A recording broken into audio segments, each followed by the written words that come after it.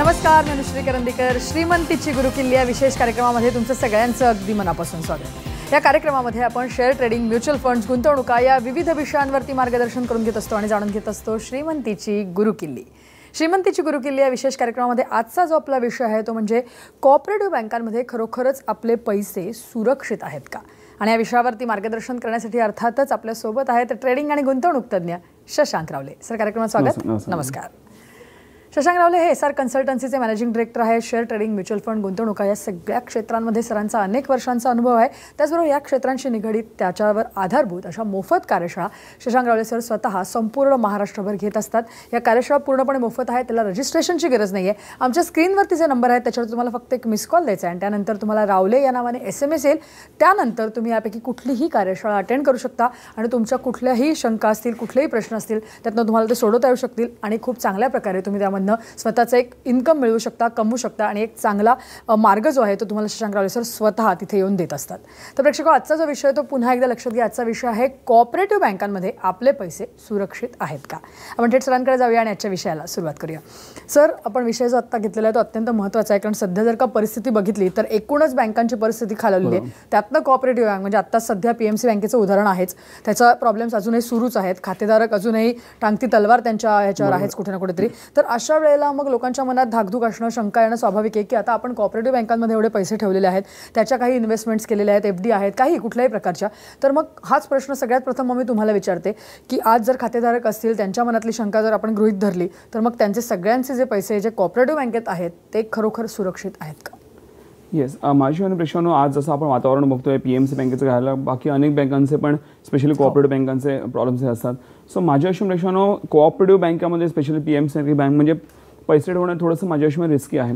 लक्षात प्रश्न आज आपण बोलतो की माझ्या बँकेत पैसे सेफ आहेत. कुठली बँक असू दे, मग ती कोऑपरेटिव्ह, नॅशनल, कुठली असो, आपण बोलतो पैसे सेफ आहेत. आज लक्षात घ्या, माझ्या हिशोबाने सेफ्टी हा एक मानसिक भ्रम आहे. आज जर आपण बँकेत आणि आपण आज आमचं मॅडम शेअर मार्केटचं काम आहे, तर शेअर मार्केटमध्ये लोकांना भीती वाटते की अरे टाकू कसे पैसे, राईट. कारण लोकांना भीती का वाटते, कारण ह्या गोष्टीचं लोकांना ज्ञान हे नसतं. आज लक्षात घ्या, आज जे कोऑपरेटिव्ह बँका जे पैसे लावतात ते कुठे तर मार्केटमध्ये पैसे लावतात. आज ज्यांचे PMC किंवा बाकी कुठल्याही बँकेमध्ये आज अनेक बँक आपण पाहिल्या डुबलेले असतील, राईट. तर त्याच्यामध्ये ज्यांचे पैसे समजा एक्झाम्पल तुम्ही 5 लाख रुपये बँकेत ठेवले असतील, तर जर बँक बंद पडली तर पूर्ण 5 लाख रुपये आपले जातात. पण तुम्ही जर मार्केटमध्ये लावले, आज तुम्ही जर योग्य ज्ञान घेतलं, नक्कीच त्यातनं भरपूर चांगला फायदा होतो. पण देऊ न करू वरखाली जर लॉस झाला, किती जाईल, 10, 15, 20, 30% लॉस होईल, त्याच्याहून जास्त काय होणार, त्याच्याहून जास्त होणार नाही. पण तुम्ही जर बँकेमध्ये ठेवले असते तर पूर्ण 100% पैसे जाण्याचे चान्सेस असतात. तर मग रिस्की काय, ह्याचा आपण रिस्की कोणतं जास्ती आहे आपण त्याचा विचार केला पाहिजे. आणि लक्षात प्रश्न अजून प्रॉब्लेम असे आहेत की आज आपण स्पेशली जेव्हा PMC बँकेत झालं तेव्हा मान्य आहे की RBI रेग्युलेटर आहेत, ओके, पण त्यांच्याकडनं अजून प्रॉपर तशी ॲक्शन घेणं बाकी आहे. आणि इव्हन फायनान्स मिनिस्टरनी हातवर केला, ते बोलतात की हे आमच्या अंडर येतच नाही म्हणून कोऑपरेटिव्ह बँका. तर ते म्हणूनच आपण सामान्य माणसांसाठी हे भरपूर जास्ती रिस्की आहेत कोऑपरेटिव्ह बँकेत पैसे ठेवणं, असं मला वाटतं. आणि ह्याचे मॅडम प्रायव्हेट ओनर्स असतात, राईट. ह्या बँकांचे मेनली प्रायव्हेट ओनर्स आहेत. इट्स लाईक अ कंपनी, बरोबर. फक्त फरक एवढा आहे की तुम्ही जेव्हा डायरेक्टली शेअर्समध्ये पैसे लावता तेव्हा मध्ये कोणी मीडिएटर नसतं. Banking is like a mediator. PMCने उचलून पैसे कोणाला दिले, तर HDLला दिले, हाऊसिंग डेव्हलपमेंट इन्फ्रास्ट्रक्चर लिमिटेड ह्या कंपनीला त्यांनी मेजॉरिटी त्यांनी लोन हे दिलं. त्यांच्या ताकदीपेक्षा जास्त त्यांनी लोन दिलं. जिकडे कंपनीचं ॲसेट जे आहे किंवा जे ओव्हरऑल होल्डिंग आहे 1200-1300 कोटीची पण नाही, त्याहून जास्त त्यांनी कंपनीला लोन दिलं, which is a very big risk, right. So हे झालं. सो लक्षात घ्या, आज तुम्ही जसं मी बोलू की शेअर्समध्ये पैसे लावता, तुम्ही डायरेक्टली इन्व्हेस्टमेंट्स करताय आणि तुम्ही जर बँके थ्रू जाताय तर तुम्ही ते is a kind of agent. So म्हणून मग त्या एजंटवरती किती विश्वास ठेवणार, it's a kind of private company, बरोबर. सो तुम्ही ते बँकेच्या ओनरकडे पैसे देण्याबदली तुम्ही डायरेक्टली जर शेअर्समध्ये लावले तर तुम्हाला आणखी जास्त फायदा होतो. फक्त गॅपमध्ये कुठला आहे, तर गॅप असा आहे की आपल्याकडे त्याचं योग्य ज्ञान नाही. जो आम्ही गॅप नक्कीच तो पूर्ण करतो. आमच्या मोफत कार्यशाळा तुम्हाला ट्रेडिंग आणि गुंतवणुकीचं आम्ही योग्य ज्ञान देतो. एकदा तुम्हाला ते ज्ञान आलं की तुम्हाला मग वाया बँक जायची गरज नाही. तुम्ही कंपन्यांमध्ये पैसे लावू शकता, योग्य कंपनी तुम्ही निवडू शकता. आणि आज जसं PMC बँकेने प्रॉब्लेम केला की त्यांनी एका सेक्टर जो आहे इन्फ्रास्ट्रक्चर सेक्टर आणि एकाच सेक्टरला आणि त्यातनं पण एकाच मोठ्या कंपन्यांनी भरपूर मोठं कर्ज दिलं, ही सर्वात मोठी चूक होती, ओके. आणि त्यामुळे बँक ही प्रॉब्लेममध्ये आहे. लक्षात प्रश्न आज आपण बोलतो की ठीक आहे माझ्याकडे ज्ञान नाही म्हणून बँकेत पैसे ठेवतो, पण ह्यांच्याकडे ज्ञान असताना पण ही लोक एवढ्या चुका करतात. मग विश्वास कोणावर ठेवायचा? त्यावरली आपणच स्वतः ज्ञान घेऊ. आणि लक्षात घ्या, जर तुम्ही स्वतः ज्ञान घ्यायला आम्ही एक शिकवतो गोष्ट, त्यामुळे तुम्ही जर इन्व्हेस्टमेंट्स करत असाल तर तुम्हाला एकाच सेक्टरमधल्या एकाच कंपनीमध्ये पैसे नाही टाकायचे आहेत, तर तुम्हाला मल्टिपल सेक्टर्समध्ये आणि मल्टिपल कंपनीजमध्ये जे टॉपचे चांगले सेक्टर, चांगले कंपनी जे गेले अनेक वर्ष तुम्हाला चांगले रिटर्न्स देत आहेत. लक्षात घ्या, समजा मी अशा 10 कंपन्यांचे मी पैसे लावले जे चांगले गेले अनेक वर्ष परफॉर्मन्स देत आहेत, ओके, आणि गेले 10-12 वर्षांमध्ये देत आहेत, त्याच्यामुळे मी जर पैसे टाकले तर नक्कीच काय होईल, जास्त जास्त 1-2 कंपन्या शेअर्स वर खाली होती, मला 8 महिने नक्कीच चांगला फायदा होतो. आणि हेच आमचं काम आहे. आता आपल्याकडे वेळ कमी असल्यामुळे मी थोडक्यात सांगतोय, पण ज्यावेळी तुम्ही आमच्या मोफत कार्यशाळा येतात त्यावेळी तुम्हाला याचं आम्ही पूर्णतः योग्य ते ज्ञान देतो. त्यावेळी तुम्हाला बँकां थ्रू जायची गरज नाही, तुम्ही डायरेक्टली इन्व्हेस्टमेंट्स करू शकता असं मला वाटतं. नक्की. पण आपण आज जसं म्हणतोय की आता कॉपरेटिव्ह बँकांवरती कुठल्याही प्रकारची रेग्युलेटरी अथॉरिटी as such नाही आहे. आता जर का फायनान्स मिनिस्ट्री सुद्धा म्हणते की आमच्या अंडर ते येत नाही, तर त्या अनुषंगाने जसं तुम्ही म्हणतात की बँकेत पैसे मग ठेवणं, स्पेशली कॉपरेटिव्ह बँकेत ठेवणं हे जर का धोकादायक आहे, पण अजूनही कॉपरेटिव्ह बँकेचं एकूणच काम किंवा कॉपरेटिव्ह बँकांबद्दल काय सांगू शकाल प्रेक्षकांना? लक्षात प्रश्न मॅडम, आता जसं म्हटलं प्रॉपर रेग्युलेशन असल्यामुळे किंवा प्रॉपर ॲक्शन होत नसल्यामुळे इव्हन अनएथिकल कामं बँकांमध्ये भरपूर चालतात आणि त्या अनएथिकल कामांचा रिझल्ट म्हणजे पीएमसी बँकेचा इश्यू झालेला आहे. राईट. सो पहिलं म्हणजे ते लोक आरबीआयचे नॉर्म्स अनेकदा फॉलो करत नाही, जे पीएमसीने पण केलं, आरबीआयचे नॉर्म्स फॉलो नाही केले, आणि रिअल फायनान्शियल स्टेटमेंट्स आरबीआयकडे त्यांचे जात नाही. जे काही प्रॉब्लेम्स आहेत किंवा चांगलं वाईट जे काय चाललंय हे आरबीआयला ते लोक time to time proper inform करत नाही. जोपर्यंत आरबीआय त्या बँकांवरती एन्क्वायरी बसत नाही किंवा आरबीआय त्याच्यावर जाऊन खरोखर लक्ष देत नाही, तोपर्यंत आरबीआयला कळत नाही की बाबा नेमकं आत्म काय चालू आहे. आता जेव्हा प्रॉब्लेम बाहेर निघाला त्यावेळी जाऊन आरबीआय त्याच्यावर एन्क्वायरीला बसलेली आहे, पण तोपर्यंत ऑलरेडी वेळ निघून गेली, ऑलरेडी पब्लिकचे पैसे डुबलेले आहेत, अजून कोणी जबाबदारी घेतलेली नाही. कोण नेमका पब्लिकचा पैसा नेमका कोण देणार आहे याची कोणी जबाबदारी अजून घेतलेली नाही. राईट. जसं मी बोललो फायनान्शियल स्टेटमेंटमध्ये पण मॅनिप्युलेशन हे चालतं. एक्सेस लोन दिलं होतं. आज आपण पीएमसी किंवा बाकी इतर बँकांचं पाहिलं ज्यांची अजून भरपूर गोष्टी बाहेर नाही आलेल्या आहेत. माझ्या मते आज लक्षात प्रश्न, आज आरबीआयच्या नॉर्म्स प्रमाणे एका सिंगल इंडिव्हिज्युअल कंपनीला बँका जे आहेत त्यांच्या ओव्हरऑल फंडिंग मध्ये मॅक्झिमम एका सिंगल कंपनीला 15% लोन देऊ शकतात. 15% एका सिंगल कंपनीला. ओके, जे की पीएमसीने भरपूर जास्ती प्रमाणात लोन हे दिलं. ओके, आणि ते एचडीएल प्रॉब्लेम मध्ये असताना त्यांनी ते कर्ज जास्ती त्यांनी सँक्शन केलं, which was very big mistake. Already HDL ही लिक्विडेशनमध्ये ही होती. आणि जर ग्रुप ऑफ कंपनीज असेल तर ओव्हरऑल बँकेच्या ॲसेटमधनं किंवा ओव्हरऑल बँकेच्या फंडिंगमधनं जास्तीत जास्त 40% ती लोक फंड देऊ शकतात. ओके, पण हे अनेक बँका किंवा अनेक कॉर्पोरेट बँका हे फॉलो करत नाही आणि त्यामुळे या बँका प्रॉब्लेममध्ये येतात आणि ते प्रॉपर आरबीआयकडे इन्फॉर्मेशन त्याची पोचवत नाही. इव्हन लक्षात घ्या, आता जसं पीएमसीने गेलं की एनपीएस म्हणजे नॉन परफॉर्मिंग ॲसेट्स कोणाला बोलतात, जे कंपनीज म्हणजे कॉर्पोरेट कंपनीज किंवा जे इंडिव्हिज्युअल लोक जे लोन रिपे करत नाही त्यांना एनपीए मध्ये टाकलं जातं. सो त्यांनी एनपीएचा पण चुकीचा आकडा हा दाखवला. ऍक्च्युली दाखवताना 2.1920% आसपास त्यांनी दाखवला एनपीए, जो की एक नॉर्मल आहे, पण त्यांनी त्याच्यात एचडीएलचं इन्क्लूडच केलं नव्हतं. जर एचडीएल इन्क्लूड केलं तर भरपूर जास्त शूटअप हे होतं. सो हे अनेकदा ही लोक हे पण प्रॉब्लेम करतात. म्हणून मला असं वाटतं मॅडम की कोऑपरेटिव्ह बँकांमध्ये पैसे ठेवणं हे तेवढं फारसं सुरक्षित आजच्या डेटमध्ये राहिलेलं नाहीये. इव्हन होतं असं की या मॅनेजमेंट जे आहे बँकांचं त्याच्यावरती पण प्रॉपर ऍक्शन घेतली जात नाही. त्यामुळे प्रॉब्लेम मध्ये कोण होतो, सामान्य माणूस होतो ज्यांनी आपले त्या बँकेला पैसे ठेवले आहेत, बाकी सगळे सुरक्षित असतात. सो म्हणून माझं म्हणणं एवढंच आहे की जास्ती तुम्ही कॉर्पोरेट बँकेमध्ये पैसे ठेवणं असं माझं वैयक्तिक मत असेल. नक्कीच. पण आपण आता कॉर्पोरेटिव्ह बँकांबद्दल बोलतोय, बऱ्याच वेळेला लोकांचं असं होतं एक तर कॉर्पोरेटिव्ह बँक घरांच्या आसपास असते, प्लस त्यांचे काही रेट ऑफ इंटरेस्ट सुद्धा इतर बँकांच्या तुलनेमध्ये जास्त असतात, एफडीच्या वगैरे त्यांच्या काही वेगळ्या स्कीम्स असतात, त्याच्यामुळे लोक थोडीशी भुलतात नाही म्हटलं तरी, आणि जवळची बँक आहे, ओळखीची बँक आहे असं म्हणून, किंवा बऱ्याच वेळा जसं तुम्ही म्हटलं तसं की त्याचे जे ओनर असतात ते सुद्धा ओळखीचे असतात म्हणून त्याच्यामध्ये पैसे इन्व्हेस्ट केले जातात, अशी सुद्धा उदाहरणं आहेत. तर मग अशा वेळेला आता जर का कॉर्पोरेटिव्ह बँकांचं जर का भविष्य बघितलं पुढच्या काही वर्षांमधलं, तर ते कितपत सेफ असू शकतं? कारण एका बँकेचा प्रॉब्लेम झाला किंवा 2 बँकांचा प्रॉब्लेम झाला म्हणून इतर सगळ्या बँकांना पण आपण ब्लेम करू शकतो का? लक्षात घ्या, आपण डायरेक्टली ब्लेम करू शकत नाही, पण लक्षात घ्या जर असंच होत राहिलं तर आरबीआयने प्रॉपर लक्ष दिलं नाही, माझ्या हिशोबाने आरबीआयने वाढण्या पहिली पाहिजे की त्यांनी त्याचे आमच्यामध्ये इन्फॉर्मेशन कधी बसवतील. आरबीआयने प्रॉपरली आतमध्ये जाऊन त्याच्यावर रेग्युलेशन, आरबीआयचा एक माणूस प्रत्येक कॉर्पोरेट बँकेचा जसं आता पीएमसी बरोबर त्यांनी केलेलं आहे तसं प्रत्येक बँकावर असला पाहिजे. जर आम्हाला आरबीआयवर जर ट्रस्ट आला की बाबा आरबीआय एवढं प्रॉपर रेग्युलेशन ठेवते की कॉर्पोरेट बँकांना काही प्रॉब्लेम क्रिएट करू देत नाही, तरच आपण त्याच्यावरती विश्वास ठेवू शकतो. पण जर पीएमसी सारखं जर फायनान्शियल स्टेटमेंटचं बाकी बँकांचे पण असतील जे अजून गोष्टी बाहेर उघडकीस आलेल्या नाही आहे, तर कदाचित आपल्याला ते रिस्की असू शकतं. म्हणूनच माझ्या हिशोबाने आरबीआयचे अधिकाऱ्यांनी येऊन लोकांना एक दिलासा दिला पाहिजे की येस, आम्ही जेवढ्या पण कॉर्पोरेटिव्ह बँका भारतामध्ये महाराष्ट्रामध्ये आहेत त्याचं आम्ही प्रॉपर त्याचे स्टेटमेंट चेक केलेले आहेत, क्रॉस चेक केलेले आहेत, त्याचं प्रॉपर त्यांनी लोकांना कन्फर्मेशन ऑन एअर येऊन दिलं पाहिजे, तरच कदाचित लोक मला सेफ होतील. अदरवाईज माझ्या सध्याची जी परिस्थिती बघता तर मला वाटतं कॉर्पोरेट बँकेत पैसे ठेवणं पण तेवढंच रिस्की असं मला वाटतं. नक्की. म्हणजे एकूण आपण जसं म्हटलं तसं की सध्या बँकांची जर का परिस्थिती बघितली तर फार काही चांगली असं दिसत नाही, पण आपण नेहमी जसं म्हणतो की बँकांची परिस्थिती वाईट असली तरी ब्रेकनंतर श्रीमंतीची गुरुकिल्ली या विशेष कार्यक्रमामध्ये तुमचं सगळ्यांचं पुन्हा एकदा स्वागत. आपण बोलतोय कोऑपरेटिव्ह बँकांमध्ये खरोखरच आपले पैसे सुरक्षित आहेत का या विषयावरती आणि आपल्याला मार्गदर्शन करतायत ट्रेडिंग आणि गुंतवणूक तज्ज्ञ शशांक रावले. तर सर, आपण जसं आज म्हटलं की कोऑपरेटिव्ह बँकांविषयी आपण बोलतोय आणि जसं तुम्ही म्हणालात की एक फार सुरक्षित नाही आहे, कारण सध्याची एकूण परिस्थिती बघता किंवा इतर बँकांचे सगळे घोटाळे जे हळूहळू उघडकीस येत आहेत त्या दृष्टिकोनातून आपण विचार करतोय. पण मग आता लोकांना जशी सवय असते की बँकांमध्ये पैसे ठेवायचे, सेव्हिंग असो, RD FD असो, कशाही प्रकारे स्वरूपात, तर मग नॅशनलाइज बँका किंवा प्रायव्हेट बँका इतर याच्यामध्ये तरी पैसे ठेवावे का? त्याच्यात तरी काही सुरक्षितता आहे मग? येस मॅडम, मी बँकांना सगळ्या ह्याच्या तुलनेमध्ये कुठली प्रायव्हेट असो, कोऑपरेटिव्ह असो की नॅशनलाइज बँक असो, अशा प्रेक्षण माझ्या हिशोबाने मी वारंवार बोलत आलेलो आहे की banking is a very big economic bubble. पहिलं मी लक्षात घ्या, एक वेळ होता मॅडम ज्यावेळी बँका 15-16% व्याजदर हे द्यायच्या. ओके, मी जेव्हापासून मी लोकांना सांगतो तेव्हापासून 12% होतं व्याज. आज ते अर्धवून 6-6.5% आलेलं आहे आणि उद्या जाऊन ते मे बी 1-1.5-2% पण येईल. लक्षात घ्या, जशी इकॉनॉमी ग्रो होते, जसं कंट्री ग्रो होते, असं तर बँकांचे व्याजदर कमी कमी होत जातात. आणि म्हणूनच तुम्हाला जर बँकांमध्ये जर पैसे ठेवून आपल्या व्याजावर घर चालवायचे किंवा व्याजावर आपले खर्च चालवायची सवय असेल तर ते आपण लवकर तोडली पाहिजे. का? कारण ते पुढे जाऊन तेवढं पण व्याज राहणार नाही. आज लक्षात घ्या, तसं पण आज जे आपल्याला बँक व्याज देते त्याहून फार जास्ती महागाई वाढते, तर महागाईला बीट करत नाही, त्यामुळे तुमचे तसे पण पैसे कमी होत चाललेले आहेत.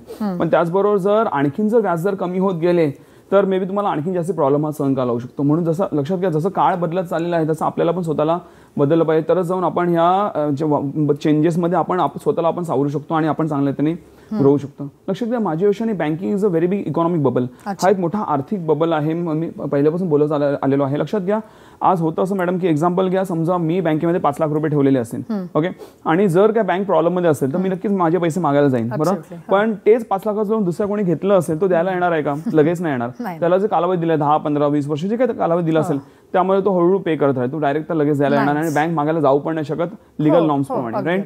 सो त्यामुळे लक्षात घ्या, जरा जे पॅनिक सिच्युएशन आली, बँक ही डिमांड अँड सप्लायवर चालते.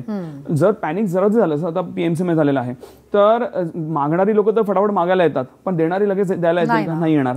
आणि इव्हन जे नवीन लोक आहेत, आज समजा मला तुम्हाला प्रश्न विचारायचा आहे, समजा PMC बँकेचं परत ट्रान्झॅक्शन स्मूथ झाले तरी पण किती लोक हिंमत करतील परत पैसे ठेवायचे, राईट. सो हा पण एक मोठा प्रॉब्लेम असतो बँकांमध्ये.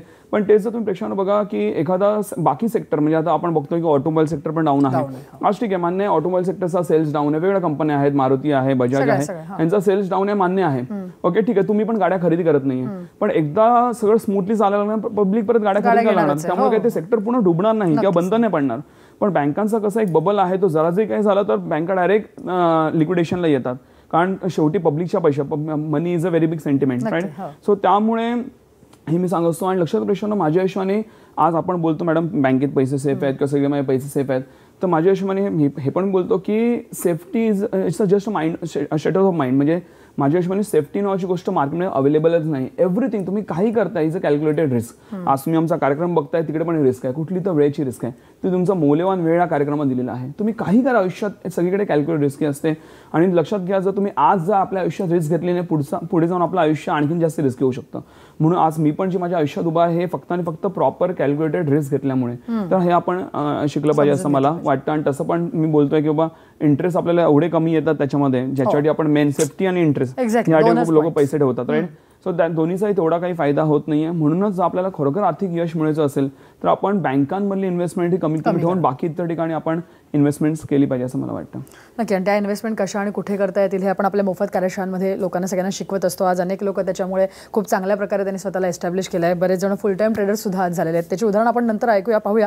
परंतु मला तुम्हाला विचारायचं आहे मग की असं आपण आज जर म्हणतोय की बँकांचा जो उपयोग आहे तो इंटरेस्ट आणि सेफ्टी व्यतिरिक्त करायचा आहे, तर मग तो कसा करायचा आहे? मग बँकांना नेमकं आपण वापरायचं कसं? 3 गोष्टीसाठी फक्त तुम्ही बँकांना वापरू शकता, जे की फक्त श्रीमंत माणसं करतात.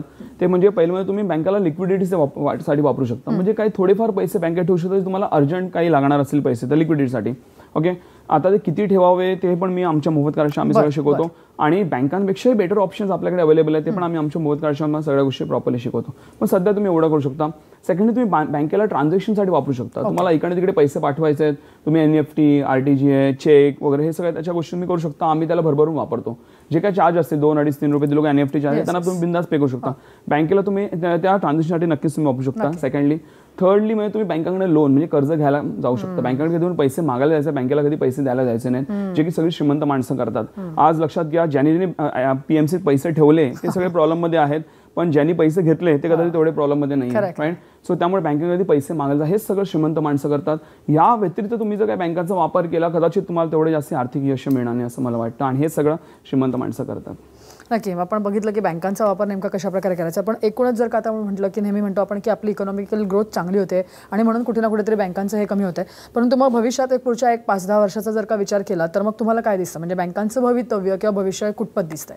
लक्षात घ्या, आज जर आपली इकॉनॉमी स्मूथ चालली, जर आज प्रत्येक वेळी आज सरकार पण, आता जसं आपण मध्ये पाहिलं असेल की जेव्हा कॉर्पोरेट टॅक्सेस सरकारने वाढवले तेव्हा सगळं इकॉनॉमी आणि सगळं मार्केट डाऊन होतं, पण हे लगेच सरकारला कळलं की आपण चूक केली, लगेच त्यांनी कॉर्पोरेट टॅक्सेस कमी केले, लगेच मार्केटिंग पण चांगली एक आपल्याला मुवमेंट दिली आणि त्यांना चांगला लोकांना फायदा आला. सो सरकार पण कायम प्रयत्न करत असतं की बाबा इकॉनॉमी स्मूथली चालावी. जोपर्यंत काही मोठ्या प्रॉब्लेम होत नाही, जसं की देशावर अटॅक होणं किंवा काही सरकार पण मोठे काही प्रॉब्लेम होत नाही, तोपर्यंत इकॉनॉमी स्मूथली ग्रोथ होणार. आणि जशी इकॉनॉमी ग्रोथ जाईल तशी ते बँकांचे व्याजदर आणि बँकिंग सेक्टर डाऊन होत जाणार. सो त्यामुळे माझ्या हिशोबाने जसे आता बाकी इतर गोष्टी चालल्या, शॉर्ट टर्म मध्ये मे बी इकॉनॉमी काही प्रॉब्लेम असेल, पण over the period of time आपली इकॉनॉमी स्मूथली चालावी. जर इकॉनॉमी स्मूथली चालली तर माझ्या हिशोबाने आपण बँकेकडे थोडा लक्ष कमी देऊन बाकी ठिकाणी आपण गुंतवणूक करणं जास्त योग्य आहे असं मला. नक्कीच. तर त्या अनुषंगाने आपण शेअर मार्केट किंवा त्याच्यामधले इन्व्हेस्टमेंट ह्या कशा प्रकारे कराव्या यावरती चर्चा पुढे नेऊया सर. इथे वेळ झाली एका छोट्याशा ब्रेकची. तुम्ही कुठे जाऊ नका, पाहत राहा श्रीमंतीची गुरुकुल.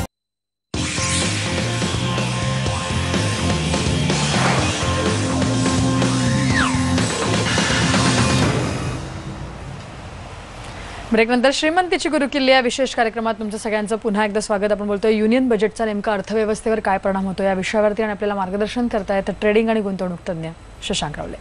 तर सर, जसं आपण म्हटलं जसं की शेअर मार्केटचा डायरेक्टली किंवा इनडायरेक्टली अर्थव्यवस्थेशी संबंध नक्की आहे, तर त्या दृष्टिकोनातनं जर का आपल्याला शेअर मार्केटमध्ये आता इन्व्हेस्ट करायचं आहे किंवा शेअर मार्केट नेमकं समजून घ्यायचं आहे, कारण जसं आपण नेहमी म्हणत असतो की मार्केटमध्ये इन्व्हेस्ट करायचं असेल तर आधी त्याचं ज्ञान घेणं गरजेचं आहे.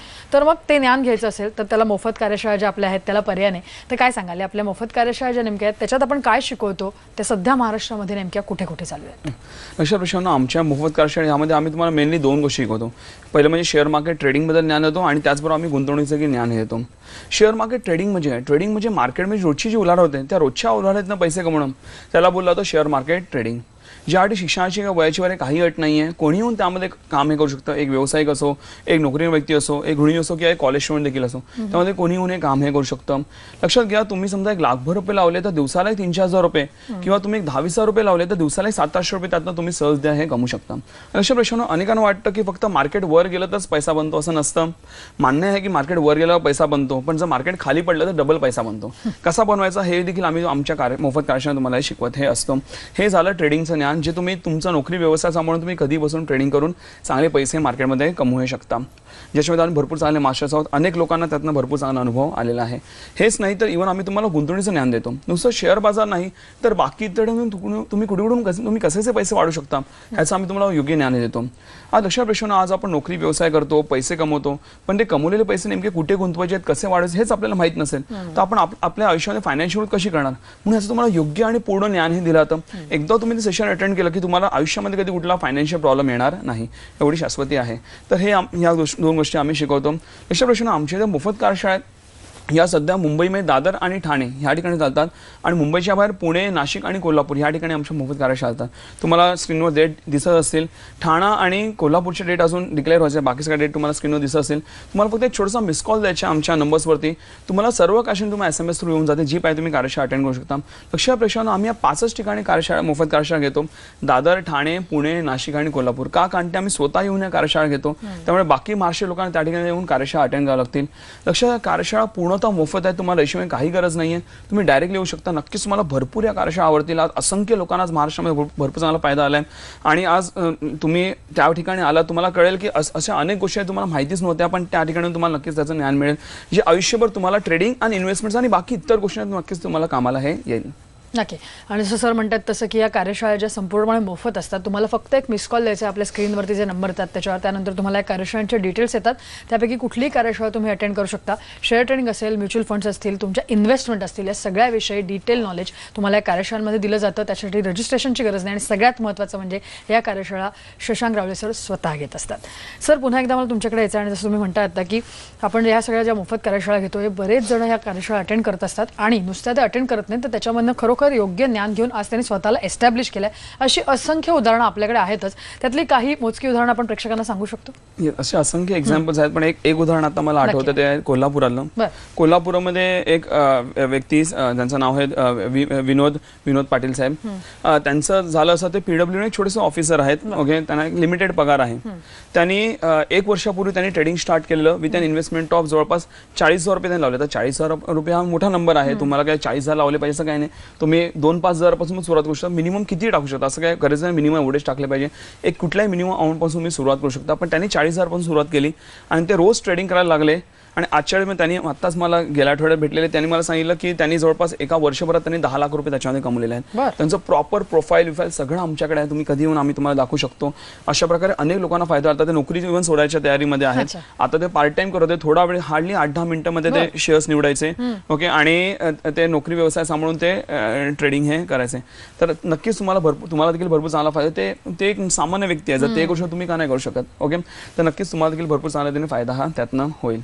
ओके सर, अगदी जाता थोडक्यात आजचा जो विषय आहे त्या अनुषंगाने प्रेक्षकांना श्रीमंतीची गुरुकिल्ली काय आहे? गुरुकिल्ली हीच असेल की आज अर्थसंकल्पाबद्दल आपण बोललो, त्यातनं ज्या गोष्टी आपल्याला फायदेशीर आहेत त्याचा नक्कीच आपण फायदा उचलून घ्यायचा आहे आणि त्यानुसार आपण आपल्या आयुष्यामध्ये चांगली स्टेप कशी उचलू शकतो आणि पुढे कसं जाऊ शकतो याचा आपण नक्कीच विचार करू शकतो असं मला. नक्कीच. तर या विषयावरती सर इथे एवढं छान मार्गदर्शन तुम्ही आज केलं त्याबद्दल धन्यवाद. नमस्कार. या विषयासह श्रीमंतीची गुरुकिल्ली या विशेष कार्यक्रमात आता आम्ही इथेच थांबतोय. ताज्या घडामोडींसाठी तुम्ही पाहत राहा न्यूज 18 लोकमत.